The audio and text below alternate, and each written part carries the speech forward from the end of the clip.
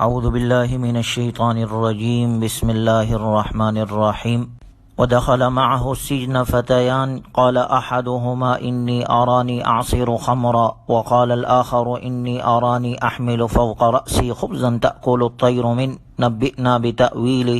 انا نراک من المحسنین۔ سورہ یوسف کا 5واں رکوع ہے۔ اللہ تبارک و تعالی کا ارشاد مبارک ہے اور یوسف کے ساتھ 2 اور جوان بھی جیل خانے میں داخل ہوئے۔ روایات میں موجود ہے کہ ان دونوں میں سے ایک بادشاہ کو شراب پلاتا تھا اور دوسرا اس کا باورچی تھا، اور ان پر یہ الزام تھا کہ انہوں نے بادشاہ کو زہر دینے کی کوشش کی ہے۔ اس الزام میں ان پر مقدمہ چل رہا تھا، جس کی وجہ سے انہیں قید خانے میں بھیجا گیا تھا۔ حضرت یوسف علیہ السلام سے ان کی ملاقات ہوئی تو انہوں نے اپنے خوابوں کی تعبیر آپ سے پوچھی۔ ان میں سے ایک نے یوسف علیہ السلام سے کہا کہ میں نے خواب دیکھا ہے کہ شراب بنانے کے لیے انگور کا شیرہ نچوڑ رہا ہوں، اور دوسرے نے کہا کہ میں نے خواب دیکھا ہے کہ میں سر پر روٹیاں اٹھائے ہوئے ہوں اور پرندے اس میں سے کھا رہے ہیں۔ آپ ہمارے خواب کی تعبیر بتلا دیجئے، ہم آپ کو نیک آدمی سمجھتے ہیں۔ یوسف علیہ السلام نے فرمایا، روزانہ تمہیں جو کھانا ملتا ہے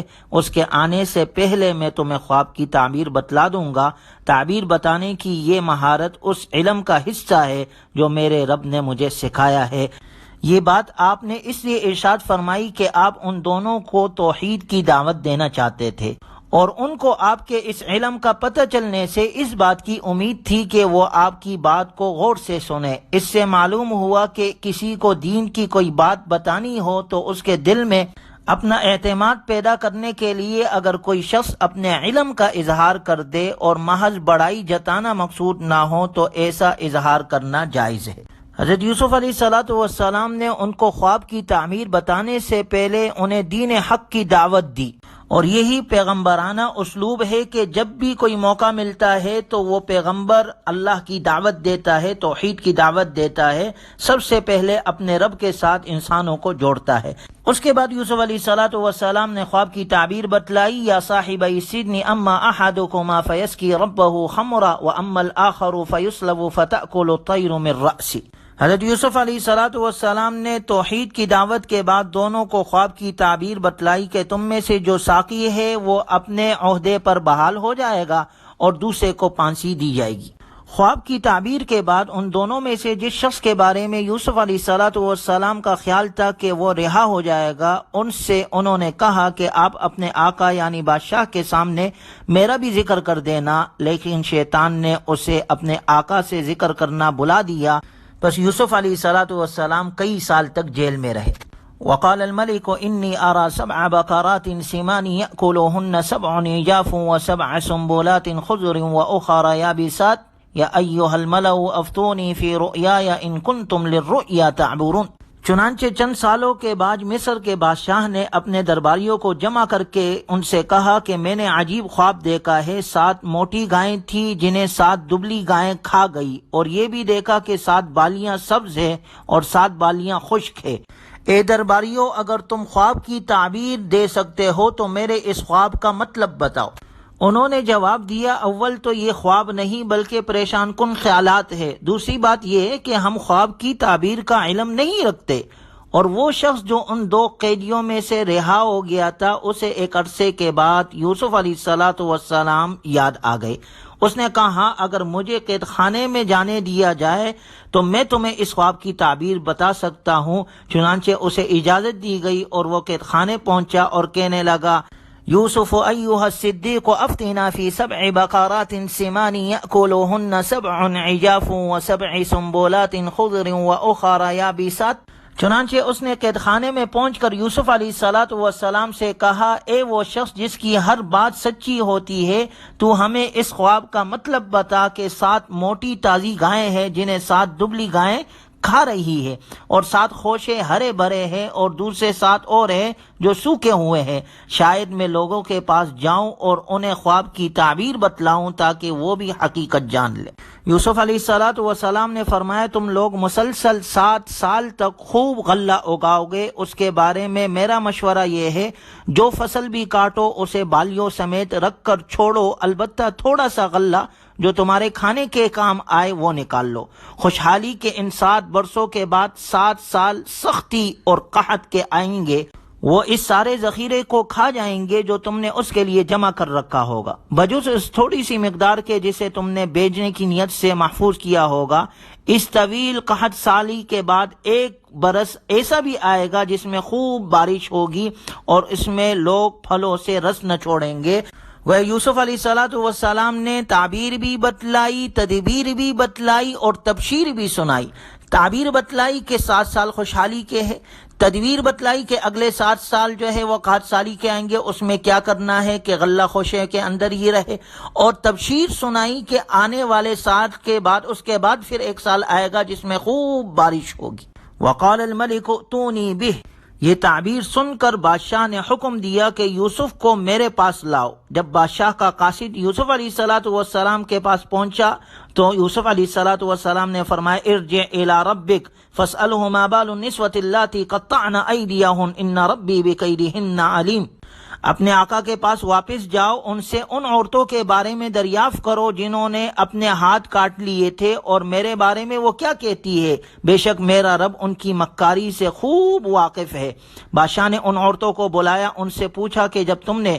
یوسف کو بہکانے کی کوشش کی تھی اس وقت کیا معاملہ پیش آیا تھا؟ عورتوں نے جواب دیا قلنا حاشا للہ ما علمنا علیہ من سوء، قالت امرأة العزیز الآن حصحص الحق انا راودته عن نفسه وانه لمن الصادقین۔ وہ عورتیں کہنے لگی ہمیں یوسف میں ذرہ بھی برائی نظر نہیں آئی، اور یہ سن کر عزیز مصر کی بیوی بول اٹھی کہ اب تو سب پر حقیقت واضح ہو گئی، میں نے ہی اسے پسلانے کی کوشش کی تھی اور بے شک وہی سچا ہے۔ ذالک لیعلم انی لم اخنہ بالغیب وان اللہ لا یہدی کید الخائنین۔ حضرت یوسف علیہ السلام کہنے لگے یہ سب کچھ میں نے اس لیے کیا تاکہ عزیز مصر کو یہ بات یقین کے ساتھ معلوم ہو جائے کہ میں نے اس کی غیر موجودگی میں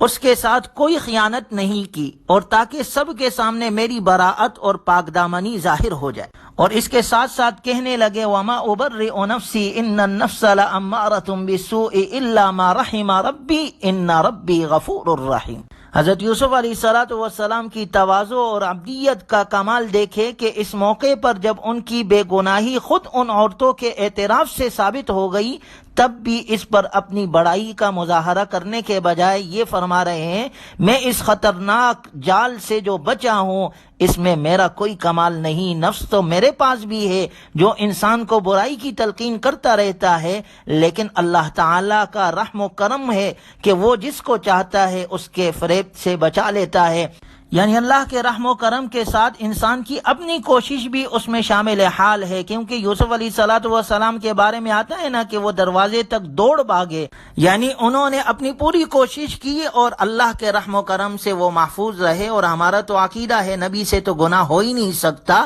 یہ در حقیقت میں یوسف علیہ السلام کے اس عمل سے قیامت تک کے انسانوں کے لیے سبق ہے۔ قرآن سے ہمیں یہ تعلیم ملتی ہے کہ جب انسان گناہ سے بچنے کی کوشش کرتا ہے، اپنے آپ کو گناہوں کے ماحول سے دور رکھتا ہے اور کوشش میں لگا رہتا ہے، تو اللہ بھی اسے بچاتے ہیں، اللہ بھی اس پر رحم فرماتے ہیں اور اس کی مدد کرتے ہیں۔ چنانچہ اس موقع پر جب حضرت یوسف علیہ السلام بادشاہ کے پاس گئے تو بادشاہ نے خواب خود سننے کی خواہش ظاہر کی۔ آپ نے خواب بھی بتلایا، تعبیر بھی بتلائی، اسی طرح پھر تدبیر بھی بتلائی اور تبشیر بھی سنائی، تو بادشاہ بہت متاثر ہو گیا، کہنے لگا کہ یہ انتظام کون کرے گا؟ اس پر یوسف علیہ السلام نے پیشکش کی کہ یہ میں ذمہ داری لینے کو تیار ہوں۔ قال اجعلنی علی خزائن الارض انی حفیظ علیم۔ یوسف علیہ السلام نے کہا آپ مجھے ملک کے خزانوں کے انتظام پر مقرر کر دیجئے، یقین رکھیے کہ مجھے حفاظت کرنا خوب آتا ہے اور میں اس کام کا پورا علم رکھتا ہوں۔